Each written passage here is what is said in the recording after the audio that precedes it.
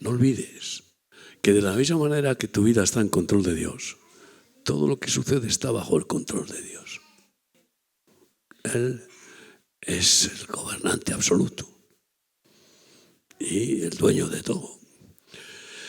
Y por tanto, cuando está permitiendo los desastres es para ver cómo las personas pueden reflexionar y decir, bueno, ¿por qué me pasa esto? Pues porque no busco la bendición de Dios. Por eso me pasa.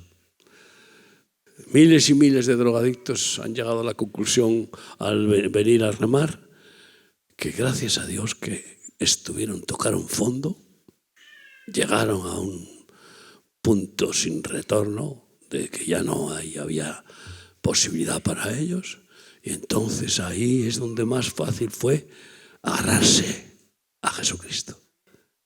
Y dan gracias a Dios por haber caído al fondo, por haber sido tan quebrantados, por haber pecado tanto. No se puede dar gracias a Dios, pero al que mucho le ha sido perdonado, mucho ama. Es la triste realidad de las personas que les cuesta, por el orgullo, arrepentirse. Y por muy pocos pecados que hayamos cometido son inmundicias y nos separan totalmente de Dios. Es pecado robar un poco como robar millones. O sea, ¿quién cuantificará la gravedad del pecado? En cualquier caso, pues estamos aquí para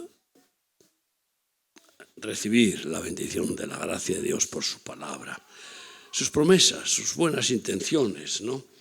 Y una de las fuerzas más poderosas que Dios ha establecido al crear todo ser viviente en su naturaleza pues instintiva, biológica, es la consanguinidad.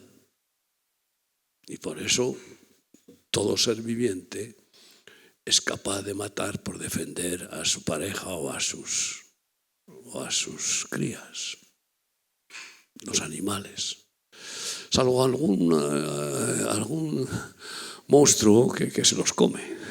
Se come a las crías, o sea, como los leones, que si son varones las crías, la leona tiene que protegerlos porque el padre incluso puede pensar que es una competencia futura. Pero también los seres humanos. Y por eso la familia ha sido constituida en la historia como pues la fuerza del acercamiento de las personas. Una fuerza tremenda, que es buena. Lo que pasa es que yo quiero hoy que salgas de aquí comprendiendo que de nada te sirve tu familia consanguínea sin que pertenezcas a la familia eterna de Dios. Porque el plan de Dios no ha sido enviar a su Hijo al mundo para pues establecer una nueva religión. No, de ninguna manera. Pero sí, para que a través de su Hijo se extendiera la familia de Dios por la eternidad. Efesios 3, 14 a 21. Por esta causa doblo mis rodillas ante el Padre de nuestro Señor Jesucristo, de quien toma nombre toda familia en los cielos y en la tierra. Es de Dios que Él da nombre, apellido a toda familia. Los que no tengan el apellido de Dios, pues no son familia. ¿Verdad que los que tenemos hijos tienen nuestro apellido? Incluso algunos repiten el nombre. Mi hijo mayor se llama Miquel, pues en vasco, porque nació en el País Vasco, pero Miguel, igual que yo, aunque yo me llamo Juan Miguel, pero todo el mundo me conoce por Miguel. Pero el nombre es la identificación, el apellido. Y eso es lo que quiere Dios. Distinguirnos por la identidad que nos da como familia de Dios, con el apellido divino, con su nombre. Ay, amigo, eso es tremendo, ¿eh? Y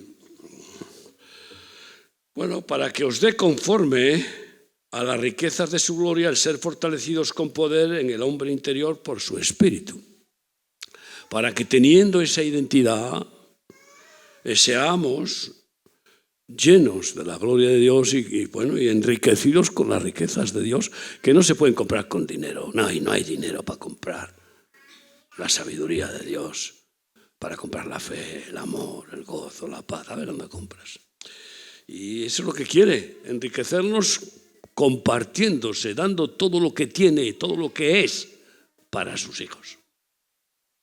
Y pues oye, yo creo que mejor propósito ser fortalecidos en el hombre interior, para que ahí tengamos el poder de Dios, la fuerza de Cristo en nuestro corazón, para que habite Cristo por la fe en vuestros corazones, a fin de que, arraigados y cimentados en amor, seáis plenamente capaces de comprender con todos los santos cuál sea la altura, la anchura, la longitud, la profundidad y la altura, y de conocer el amor de Cristo.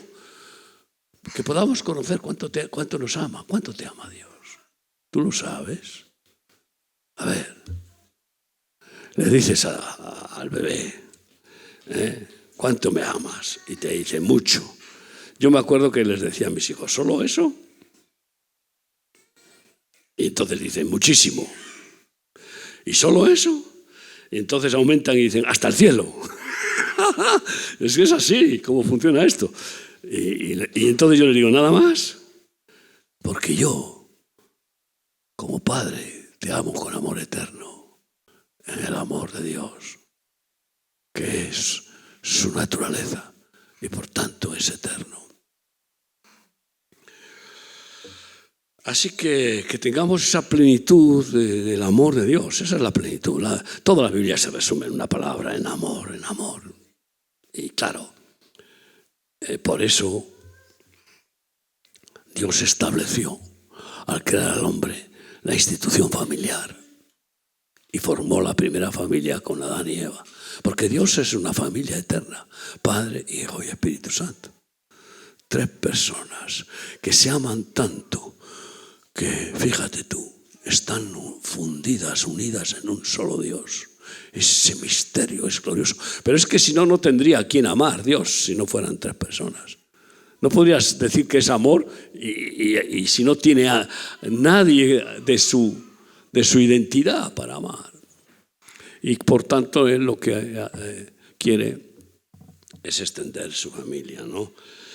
Y todas las familias verdaderas reciben esta identificación. Si no, no son familias verdaderas. Yo, si empiezas a analizar de qué familia vengo, pues ¿para qué te voy a contar? Doy gracias a Dios que mis padres, ya mi padre antes de morir aceptó a Cristo, mi madre ya muy mayor también, leyendo el libro Boga Mar Adentro. Y en un culto en León entregó su vida a Cristo y desde entonces pasó el resto de su vida orando por mí todos los días. Murió con 96 años. Pero hasta entonces, ¿qué familias? Vamos a ver. Sin ánimo de menospreciar a nuestros padres, que siempre les tienes un cariño, aunque hayan sido malos, porque no hay ni un padre bueno, solo Dios. ¿O qué? ¿Hay algún padre perfecto en este mundo? ¿Alguna madre?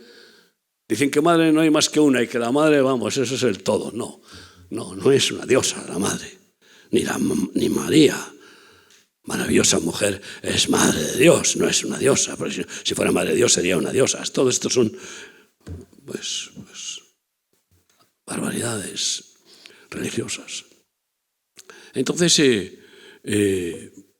sabiendo que nuestros padres no han sido, pues eso, muy ungidos, ¿verdad?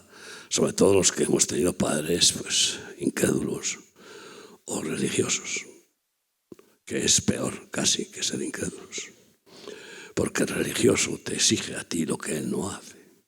El incrédulo, pues, es más sincero, dice, yo no creo y hago lo que corresponde a mi incredulidad. aunque tiene condenación también, por supuesto.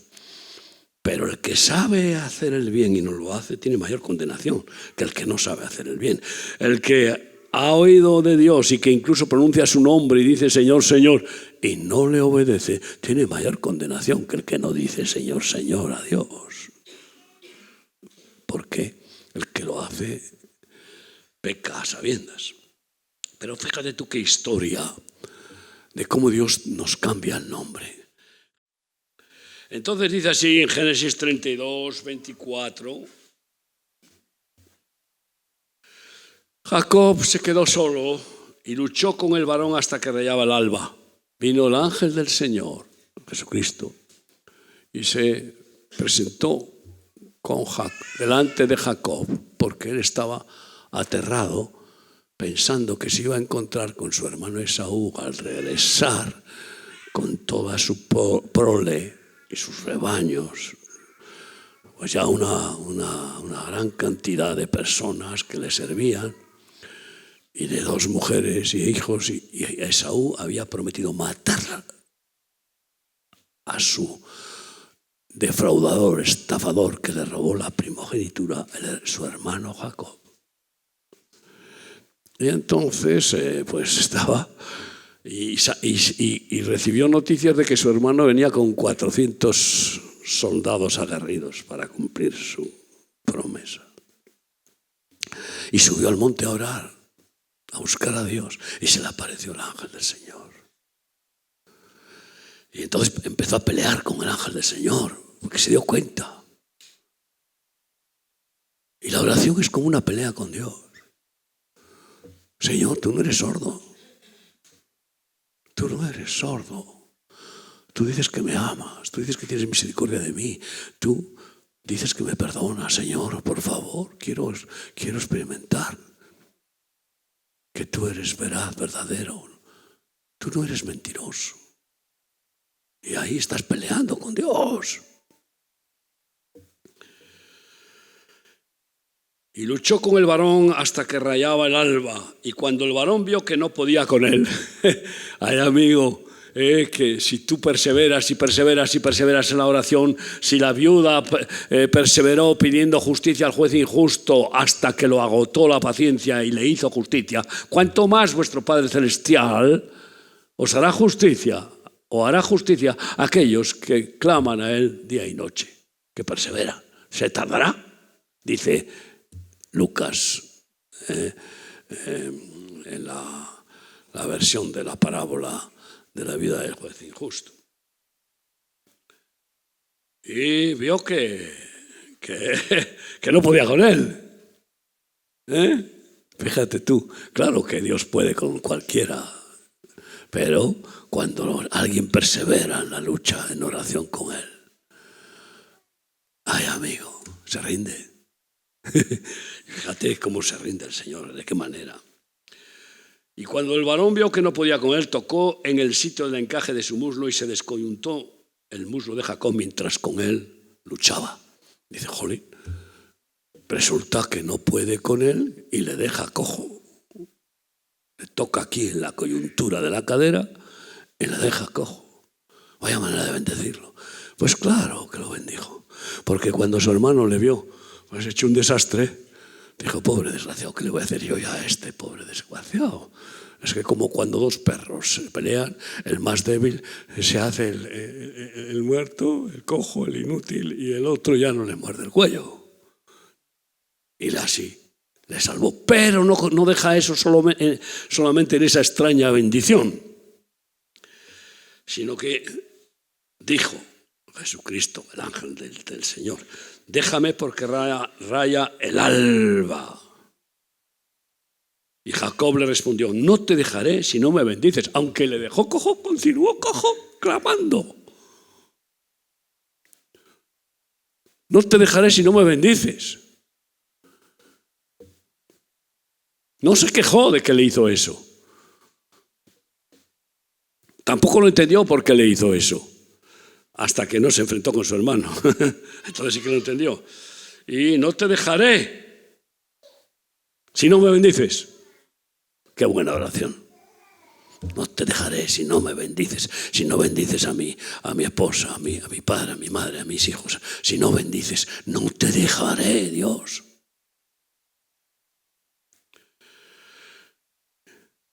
Y el varón le dijo, ¿cuál es tu nombre?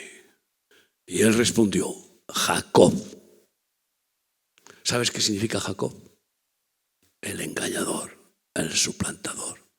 El que ya en el vientre de su madre, como estaba con su hermano en el mismo vientre, su hermano Esaú, eran mellizos o gemelos, ahora mismo no sé si eran gemelos o mellizos. Bueno, estaba en el vientre. Ya desde el vientre agarró con la mano el pie de su hermano Esaú para intentar salir antes que él. Tú fíjate qué cosa más instintiva, ¿no? Para ser el primogénito. No lo consiguió. Pero después le robó la primogenitura. Suplantador. ¿Y cómo se la robó? Se disfrazó de su hermano, poniéndose una piel de cordero, porque su hermano era muy velloso y su padre ya estaba ciego, Isaac, y le robó la primogenitura a su padre, pues se dejó engañar, pensando que se la daba a quien él quería dársela, al primogénito, porque siempre es al primogénito la bendición. Como Dios no da bendición a nada más que al primogénito y unigénito, que es Jesucristo. Solo da a Él y a través de Él a todos los que Él añade a la familia, pero a través de Él. ¿Cómo te llamas? Jacob. Y el varón le dijo, no se dirá más tu nombre Jacob, sino Israel, porque has luchado con Dios y con los hombres y has vencido. Ya no serás más suplantador, engañador, pecador, miserable, maldito, ciudadano del mundo, egoísta. Serás Israel. Le dio su nombre, su apellido, porque Israel significa príncipe del pueblo de Dios y solo Jesucristo puede llevar ese nombre. ¿Cómo se iba a dar ese nombre, príncipe del pueblo de Dios? A aquel que era un suplantador. Pues también Él quiere darte a ti su nombre y por eso Él es Rey de Reyes y Señor de Señores. ¿Quiénes son esos reyes? Los que son hechos hijos de Dios. ¿Y quiénes son esos señores? Los que de verdad dicen Señor, Señor a Cristo y viven para obedecerle como verdaderos hijos de Dios. Así que no sé qué nombre tienes, pero analízalo, porque además hoy hasta te puedes cambiar el nombre de llamarte Manuela o llamarte Manuela, pero bueno, que la legalidad en este mundo se ha vuelto loca, pero que quizá podrías cambiarte el nombre si tiene una influencia de identidad torcida para ti. No es necesario que todos nos cambiemos el nombre, no. Porque aquellos que seamos fieles dice que nos dará un nombre nuevo por la eternidad y que lo escribirá en una piedrecita blanca. Eso dice Apocalipsis. Para siempre, un nombre nuevo. Y bueno, pues todos los redimidos por el Señor somos verdaderos israelitas. Tenemos esa identidad de israelita, Israel. No por ser judíos. Y quiero que entiendas que los judíos, que se consideran los únicos verdaderos israelitas, Pablo, que era judío y después apóstol predilecto del Señor, pues resulta que él declara lo siguiente, que está escrito en Romanos 9, 7 y 8. Fíjate lo que declara.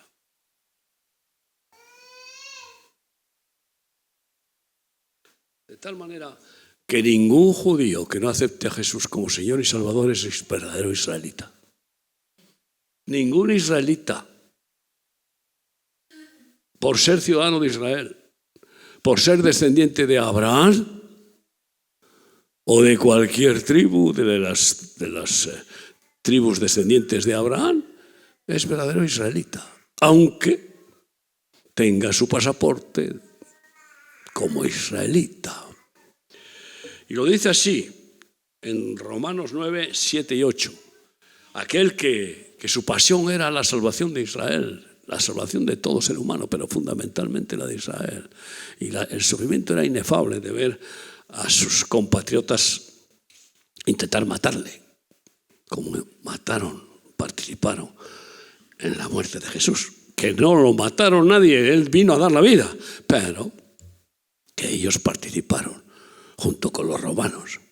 Y en realidad tú y yo participamos en la muerte de Jesús, porque él vino a morir por ti y por mí. Somos culpables, pero él vino para quitarnos esa culpa de todas nuestras maldades.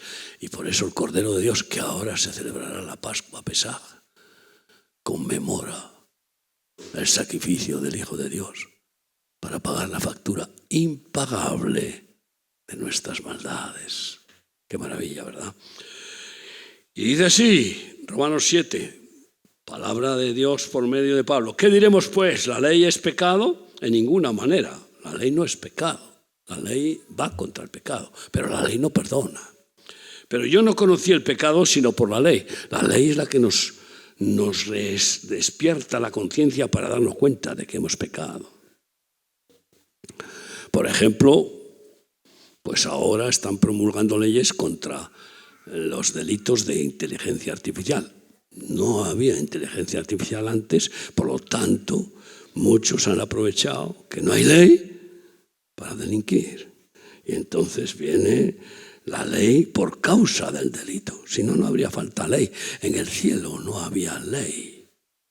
Y en el paraíso no había ley. Dios no le había dado ninguna ley. No, solamente le había dicho a Adán y Eva a comer de todos los árboles, pero de este no comáis, porque si comierais moriréis. Les dio solo esa ley, pero por su bien, porque era el árbol de Satanás, del conocimiento del bien y del mal. ¿Tú crees que merece la pena conocer el mal? Pues no merece la pena, porque seguro que te contamina y te perjudica. Así que, y más el pecado, tomando ocasión por el matrimonio, produjo en mí toda codicia. No, pero es que este es otro capítulo, perdonadme, ya me decía yo, Dios, sí, me he ido. Romanos 9, 7. Entonces, ni por ser descendientes de Abraham son todos hijos de Dios, sino en Isaac te será llamada descendencia. En el milagro del hijo de la promesa, Isaac, hijo de una estéril con 90 años y de su padre con 100 años, milagro, un milagro. Como es un milagro el que nos da Cristo al darnos el nuevo nacimiento, al hacernos hijos de Dios. Y en Isaac te será llamada descendencia. Solamente en ese milagro, por la fe de Abraham. Esto es, no los que son hijos según la carne biológica, según la descendencia, son los hijos de Dios. Así que no son los hijos israelitas por la carne, porque son biológicamente israelitas, son los hijos de Dios, sino que los que son hijos según la promesa que Dios dio a Abraham, la promesa del nuevo pacto que hizo a Israel, porque no cumplieron el antiguo de la ley, nadie lo podía cumplir, no dio la ley para salvar, sino para condenar, nadie podía cumplir el antiguo pacto, dio un nuevo pacto de la gracia en Cristo al enviar a su Hijo. Así que son hijos según la promesa, son contados como descendientes. Y esto es muy importante. ¿Por qué? Porque es en Abraham que está Dios asegurando su familia. Cuando le dice lo que está escrito en Hechos 3:25, que recuerda Hechos 3:25, en tu simiente, le dice a Abraham, sí, serán benditas todas las naciones de la tierra. Pero ¿cuál era la simiente de Abraham? No, Ismael, que era un bastardo que tuvo con su criada porque la mujer no soportaba la humillación de no tener hijos, sino en Isaac. Esa era la descendencia de Abraham que Dios le había prometido y que pues Sara, la mujer de Abraham, no creyó y Dios hizo el milagro para cumplir su promesa. En esa promesa, ahí está que toda la descendencia espiritual por la fe de Abraham son benditas todas las familias de la tierra. Y por eso hay un texto que dice, de todas las familias Dios extrae. Y es posible que haya familias que solo se salva uno de toda la familia. Tremendo. Pero siempre Dios quiere que, como mínimo, salvar a uno de cada familia. Bueno, quiere salvar a todos los seres humanos, pero si no quieren ellos, Dios no fuerza a nadie. Entonces mira por qué se cumple lo que está escrito en el Evangelio de Juan capítulo 1:1. En el principio era el verbo es Cristo. Y el verbo era con Dios y el verbo era Dios. Y luego en el versículo 11, y el verbo se hizo carne, habitó entre nosotros. Y en el versículo 11 dice, a lo suyo vino. Juan 1:11. A lo suyo vino. Mas los suyos no le recibieron. A los judíos, al pueblo escogido, al pueblo del libro. Mas los suyos no le recibieron. Pero a los que le recibieron,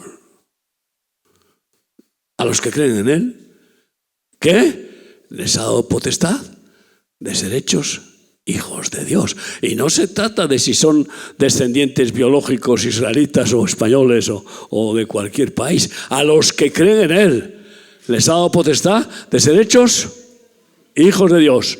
¿Tú eres uno de ellos? Levanta tu mano. Yo creo en Jesucristo y por eso siento la potestad de que me ha dado Dios de ser hijo de Dios. Por eso, por la fe en Jesucristo, como mi esposa ha dicho antes. Nadie puede ser hijo de Dios rechazando a Jesucristo, su Hijo. Imposible.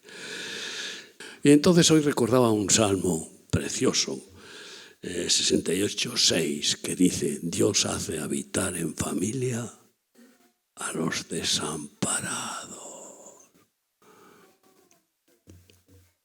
Así adoptamos otra niña que estaba muriéndose de sida en Honduras. Trajimos unos cuantos, un niño ciego que lo tiene mi hijo mayor, Miquel, que vino sin cerebro el pobre, la cabeza hueca.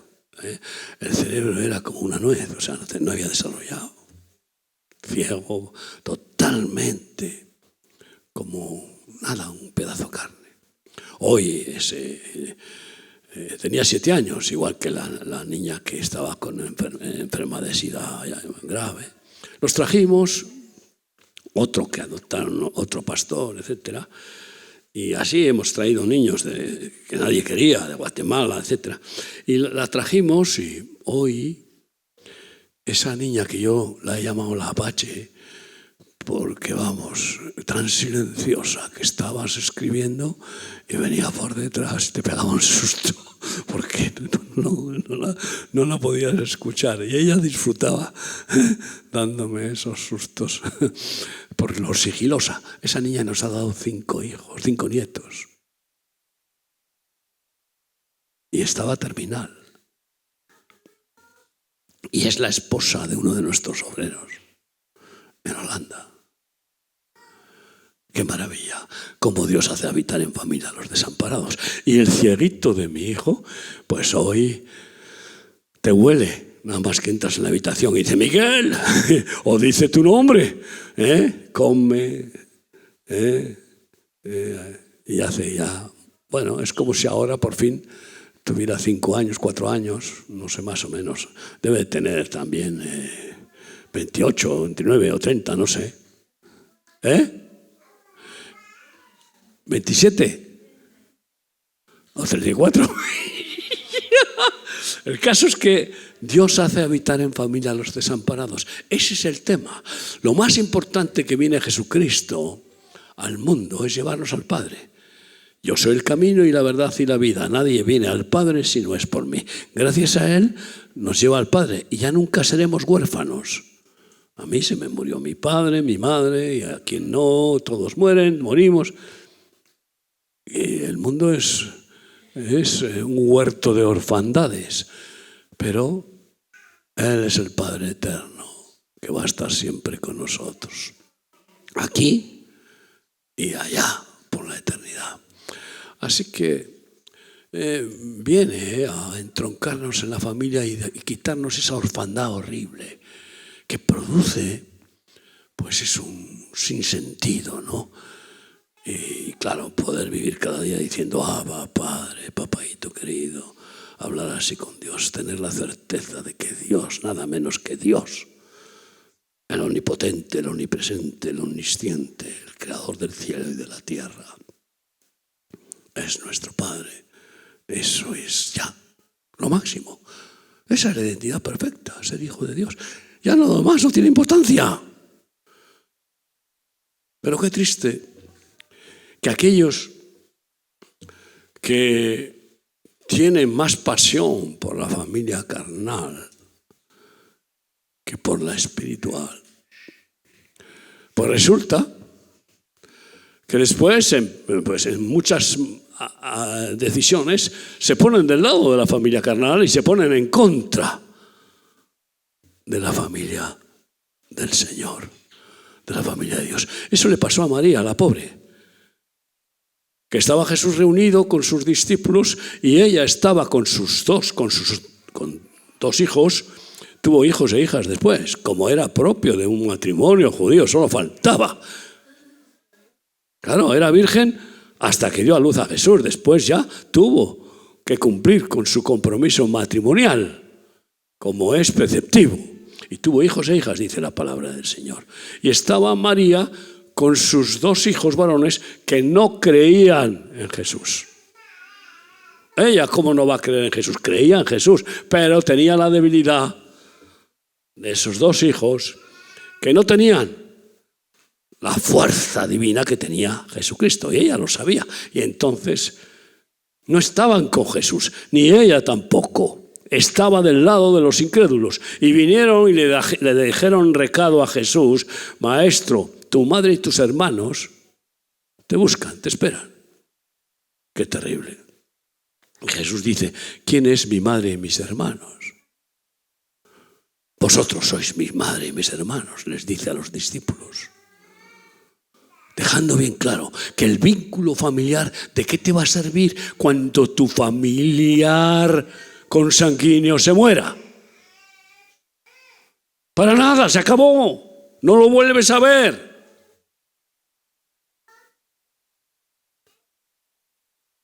Y qué tragedia que algunos miembros de una familia van al cielo y otros al infierno.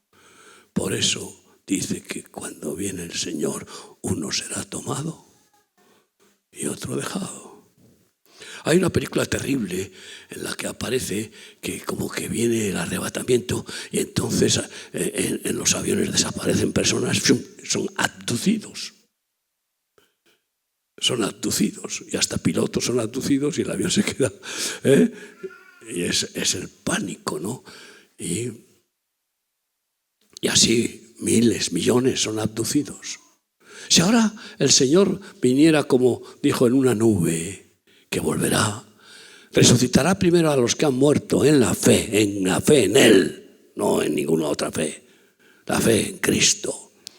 Y después de resucitar a los que han muerto en la fe, que reciben ese nuevo cuerpo, inmediatamente después llama a los que viven o vivamos en la fe de Cristo, transformándonos esos cuerpos en cuerpos celestes. Y los sube a la nube y ahí los junta y se va con todo ese ejército de hijos para celebrar las bodas del Cordero al cielo. ¿Cuántos de aquí tú serías arrebatado? Porque eso va a suceder. Y a saber si te da Dios la gracia de estar como virgen sensata. Eso lo explica bien claramente en la parábola de las 10 vírgenes. 5 sensatas y 5 insensatas. Y está hablando de vírgenes. Es decir, de aquellos creyentes que no pecan groseramente.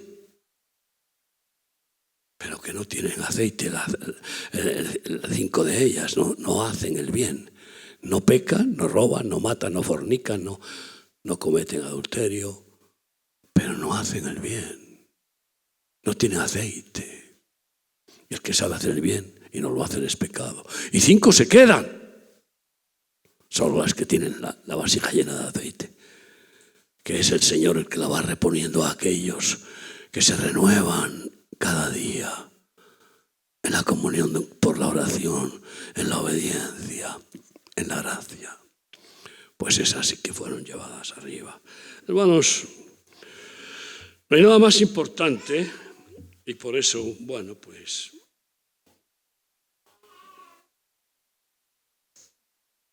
Efesios 2, 19, dice así: así que ya no sois extranjeros, y aquí hay muchos extranjeros en este país, que siempre se pasa mal siendo extranjero en un país. Muchos factores, añoranzas, aunque hay algunos que ya no añoran su tierra, y algunos les preguntan, ¿qué tú quisieras volver? Yo, ni vamos, a aquel infierno no vuelvo yo. Y no voy a mencionar qué países. Pero claro, siempre queda ahí. Porque yo conozco vuestros países. Yo creo que todos los países aquí representados, mi esposa y yo los conocemos, y son preciosos. Pero ahora vuélvete a Colombia, donde el presidente está buscando la excusa para hacer guerra con Ecuador. ¿Por qué? Porque el presidente de Ecuador ya no es del foro de Puebla socialista comunista. Es de la derecha. Y entonces están como locos todos a ver cómo se lo cargan. Y resulta que este presidente de Ecuador ha bombardeado a unos narcos en Ecuador, en la frontera con Colombia, pero dentro de Ecuador. Y el presidente Petro ha buscado la excusa de pensar de que ha bombardeado a Colombia. Es mentira. Lo que ha bombardeado son los narcos siguiendo el mismo trabajo limpiador de Trump. Entonces volver allá, pero Colombia, estuvimos en Colombia cuando fue hace 2 años. El país es maravilloso.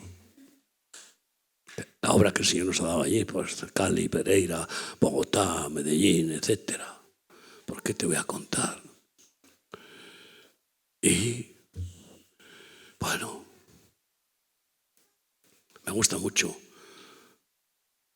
Los colombianos de Medellín son unos currantes increíbles y son muy, no sé, como que tienen un nivel mayor de inteligencia.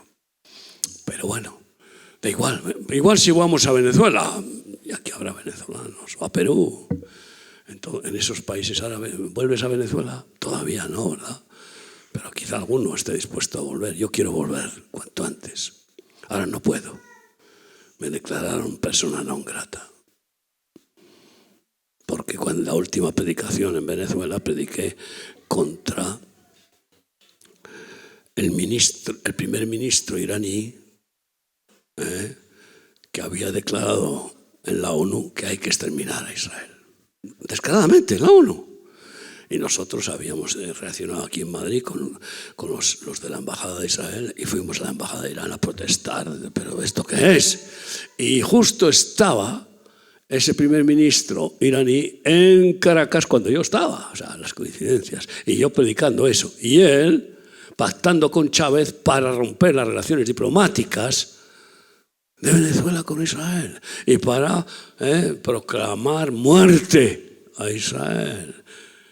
Y así Chávez maldijo a Israel, desde mis entrañas maldigo a Israel, y al año siguiente murió de cáncer de entrañas.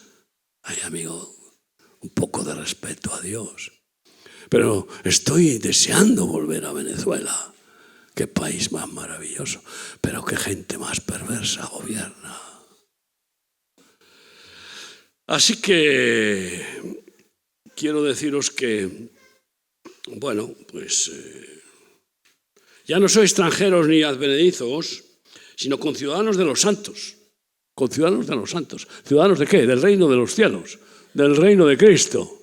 Amén. Ya no somos del reino de este mundo que están en manos de Satanás, sino que somos conciudadanos de los santos y miembros de la familia de Dios. Ten esa certeza. Sal de aquí hoy con esa identidad perfecta de ser ciudadano del reino de los cielos y miembro de la familia de Dios. Porque lo demás, pues eso, lo demás, bueno.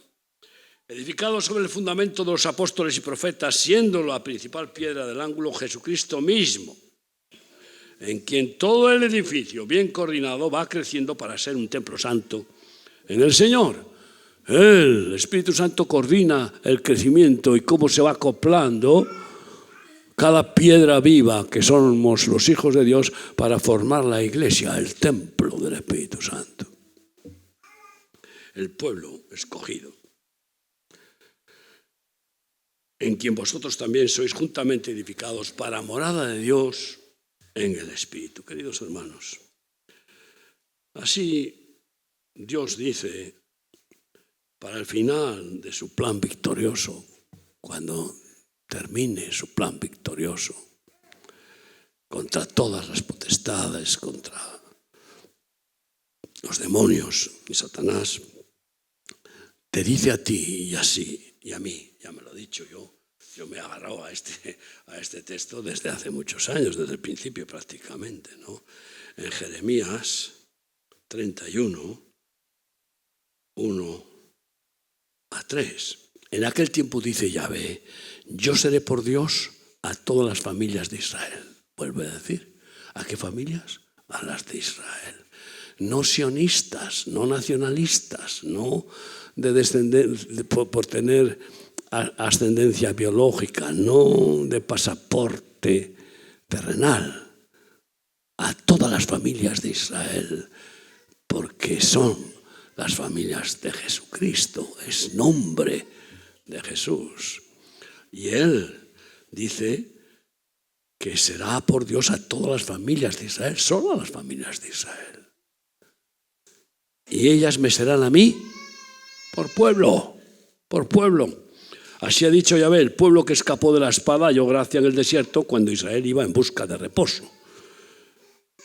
Yahvé se manifestó a mí hace ya mucho tiempo, y yo lo puedo repetir, hace ya 45 años.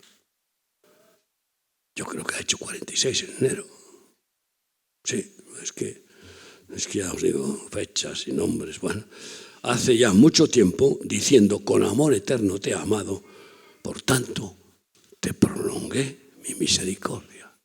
Agárrate a esto, que aunque no somos perfectos, queremos serlo y fallamos, pero no queremos fallar y pedimos perdón, y la misericordia está continuamente cada día en nuestra vida y nos va perdonando diariamente nuestras faltas y así nos va transformando, porque en el momento que el Espíritu Santo en nuestra conciencia revela que hemos fallado, produce el don del arrepentimiento y la petición, Señor, no quiero volverte a fallar, ayúdame, ayúdame, no me dejes caer en tentación. Sí, una de las causas principales de los divorcios, las roturas familiares, los desastres tan terribles de familias. Algunos aquí han experimentado eso. Yo fui uno. Con 12 años se rompió mi familia, mis padres, bueno, se separaron y para siempre. Aunque yo espero que ahora estén juntos en el cielo. Es curioso, ¿verdad? Qué curiosidad. Pero, ¿por qué? Porque los dos recibieron a Jesús. Cuando se separaron no tenían a Cristo, tenían la pelea del macho contra la hembra contra el macho, y aquí tanto monta tanto él como ella como él, aquí a esta situación actual de que son los hombres los culpables de todo y las mujeres son santas por naturaleza. Mentira. Machismo es diabólico y feminismo también. Aquí todos a callar y pedir perdón a Dios. Y pedir que Dios nos llene de amor por nuestros cónyuges y por el prójimo. Y entonces, pues, ¿cuál es la causa principal? Cuando un ministro del Evangelio, que está lleno de unción y que Dios le usa, incluso con milagros, sanidades, liberaciones de demonios, conversiones, y cae de la gracia a la desgracia, que no hay otra cosa, gracia o desgracia, ni buena suerte ni mala suerte, ser un agraciado de Dios o un desgraciado, no hay otra. ¿Qué quieres ser tú? Pues la causa de que alguien que era un agraciado bendito, que no hay más que eso, bendición o maldición, y que cae de la bendición a la maldición, es porque empieza a dejar de orar por pereza, porque se acomoda, porque comienza a tener confort carnal. Y entonces la carne, como la alimentes mucho, acaba contigo, amigo. Ese es el ego. El ego es nuestro peor enemigo, nuestro corazón más engañoso que todas las cosas. La falta de oración, y es por eso que aquellos que no velan ni oran, ya Jesús lo dijo, velad y orad para que no entréis en tentación, porque una vez que entráis, a ver cómo puede salir. Y se lo dijo y no hicieron caso y todos abandonaron a Jesús ante su sacrificio. ¿Qué te parece? Pues no habían velado ni orado. Y bueno, la traición de Pedro fue terrible, 3 veces le negó y la tercera con blasfemia. Pero Cristo tuvo misericordia de él. Y por eso, familia que ora unida, ¿qué? Permanece unida. Permanece unida. Eso es importantísimo. Cada vez que predico le digo a mi esposa, ora por mí, yo oro por ella. Oramos juntos, oramos en familia. Estoy contento de participar lunes y martes, de orar por la noche a las 9 con todos los varones de la comunidad donde yo vivo, con 120 personas, no sé cuántos hay, 20 varones, lo que sea. Orar. Ora con tu esposa todos los días. No es tanto, unos minutos. Y ora con tus hijos. Enséñales a orar. Jesucristo no enseñó a sus discípulos a echar demonios, sino les enseñó a orar, porque aprendiendo a orar, echas demonios en el poder de la fe, de la oración. Y por eso dice Lucas 12, 39 y 41 versículos más antes de terminar. Lucas 12, 39 y 40. Pero ¿sabes esto? Que si supiese el padre de familia a qué hora el ladrón había de venir, si tú supieras a qué hora va a venir el ladrón a tu casa, dirías, va, ¿qué más da? No pasa nada.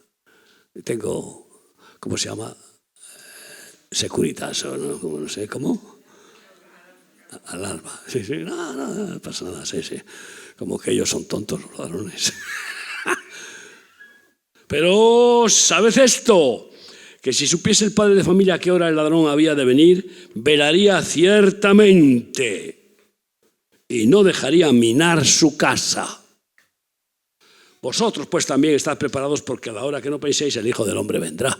Oye, si no oramos, ni sabremos cuándo llega el enemigo para hacer lo que Dios le permite hacer, que es quebrantar a los que no oran, a las vírgenes insensatas y a los que, pierden la responsabilidad más importante de velar y orar para vivir. He escrito un libro que se llama, como sabéis, Orar como respirar. Creo que es el mejor libro que Dios me ha permitido escribir. Orar como respirar. Porque Sin orar no puedes nada. Separados de mí nada podéis hacer. Pero ahora estoy queriendo añadirle orar para respirar. No solo orar como respirar, sino orar para respirar. Porque el mundo nos quiere asfixiar y como no oremos, no vamos ni a poder respirar en todos los sentidos, sobre todo económicamente, con los impuestos y con todo. Conclusión. Familia que permanece en oración, unida en oración, es familia que siempre está unida. Y familia que come juntos, es costumbre, ¿verdad? Familiar. Bueno, antiguamente el padre de familia, si no estaban los hijos en la mesa, vamos, rapapolvo era asegurado, y sobre todo los abuelos, ¿no? Comer toda la familia junta. Ahora pues ya eso, una vez a lo mejor a la semana o una vez yo qué sé qué, no hay tiempo para comer juntos, donde es el rato de comunión. Comer viene para tener comunión, comunicación, conocerse, ayudarse. Uno de los problemas que tienen los padres con los hijos es que no comen con ellos, no les conocen ni los hijos les conocen a ellos. E incluso con su mujer, no comen juntos. Pero, por lo menos, una familia que no comen juntos la palabra de Dios, está siempre en peligro, porque es el alimento para el alma nuestra y de nuestros seres queridos. Esa es la fortaleza de la sabiduría de Dios. Y, bueno, pues quiero deciros que, y termino con Gálatas 6, 9 y 10. Familia que evangeliza también juntos. Mis niños, mi esposa y yo, desde el principio que el Señor me arrancó el corazón y me puso uno nuevo, empezamos a salir a las calles como locos, a querer salvar almas y a buscar drogadictos, porque yo había sido un adicto al juego del póker, incurable. Y Dios así, en una noche me liberó total. Y esa pasión hizo que nuestra familia se mantuviera unida en el mismo espíritu, el mismo Señor, el mismo pan, la misma doctrina, la misma visión, el reino de Dios y su justicia y la obediencia a Jesucristo. De ora et labora, ora y evangeliza, haz discípulos. Y todos nuestros niños salían con nosotros a evangelizar por las calles, todos los días, en Vitoria. Nos tiraban piedras, cuando no tenían piedras nos tiraban monedas para darnos en la cara. Y una vez ya tuvimos el primer mártir, nuestro hijo Marcos, que le tiraron un ladrillo en la cara y casi pierde un ojo. Pero seguimos. Y aún hoy mis hijos siguen evangelizando y van a las cárceles.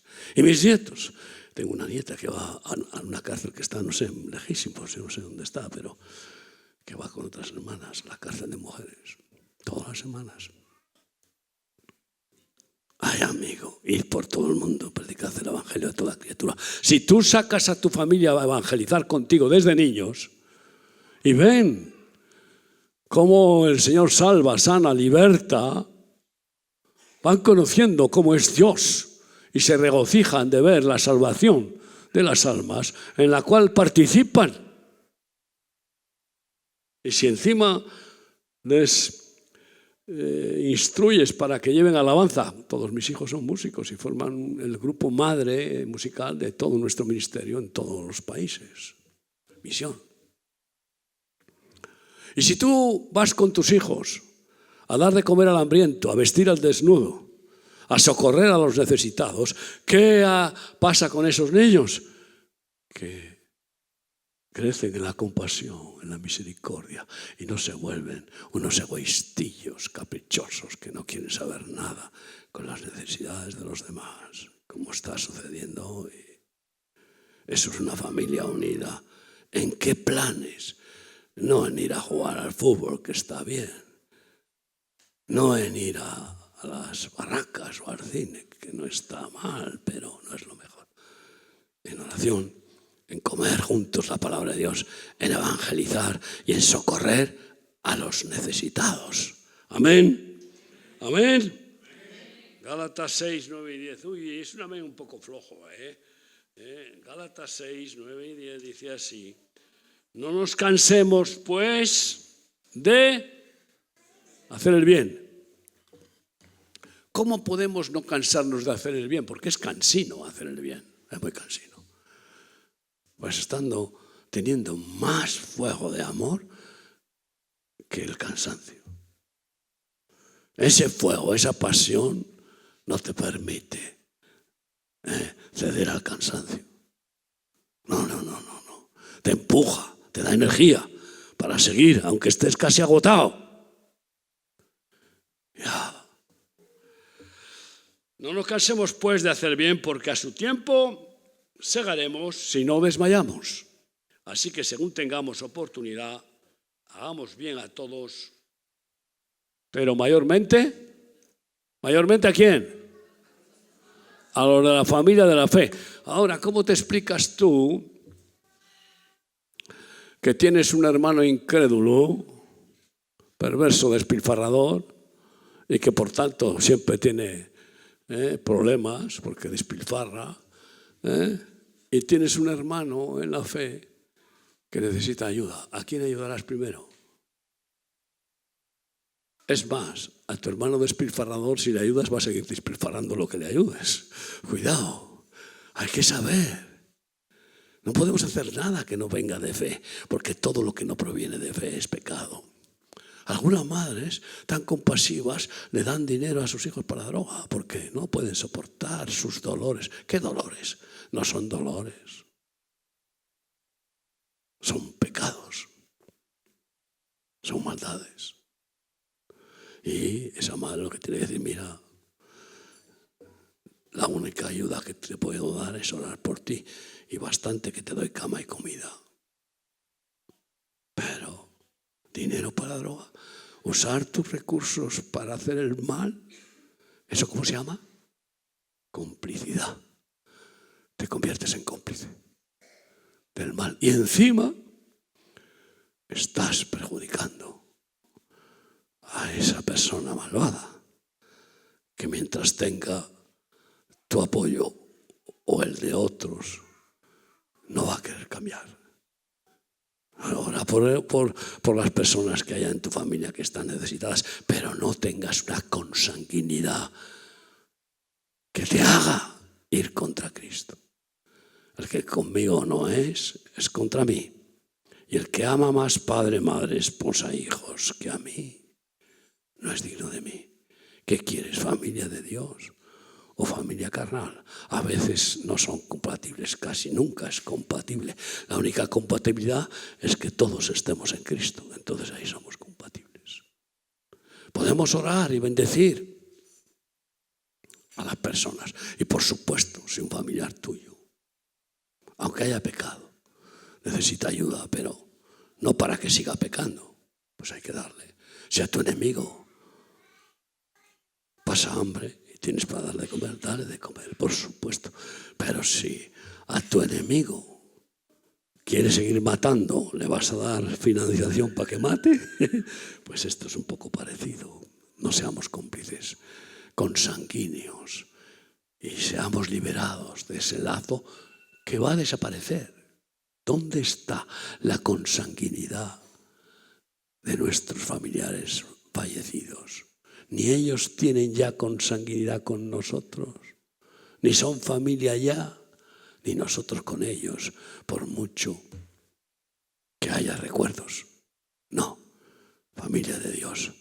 Para mí, bueno, pues yo te puedo decir que vuestro pastor de esta congregación, Iván, Maripino, sus hijos, Elvin, su esposa, sus hijos, Juancho, su mujer y sus hijos, esos son mi familia, además de la mía. Son familia.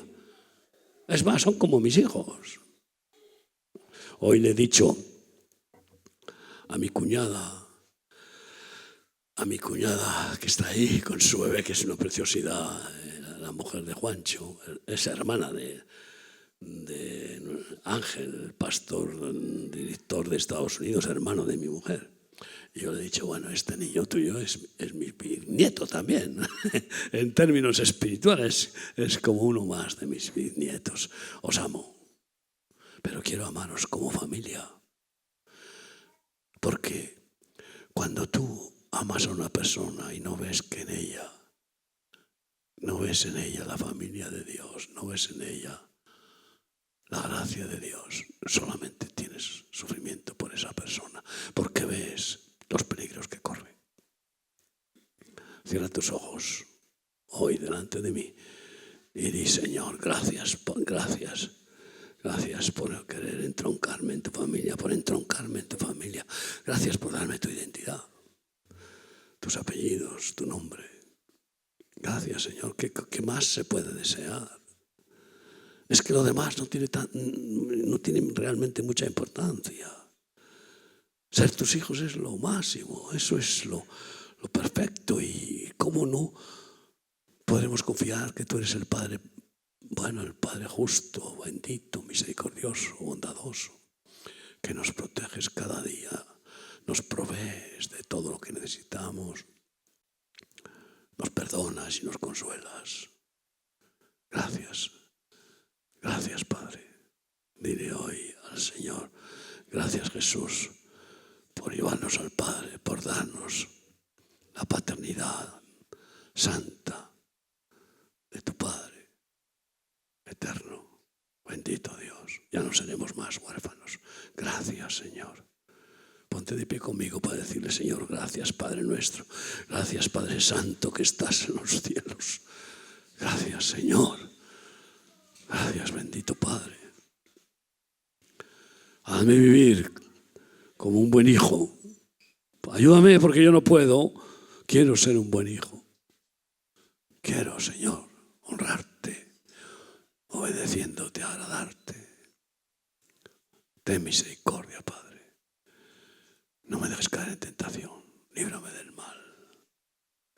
Líbrame del mal. Enséñame a velar y a orar cada día. No permitas que la pereza entre en mi alma. No permitas, Señor, que se enfríe tu amor en mi corazón. Gracias por mis hermanos, Padre. Muchas gracias. En el nombre de Jesús. ¿Cómo?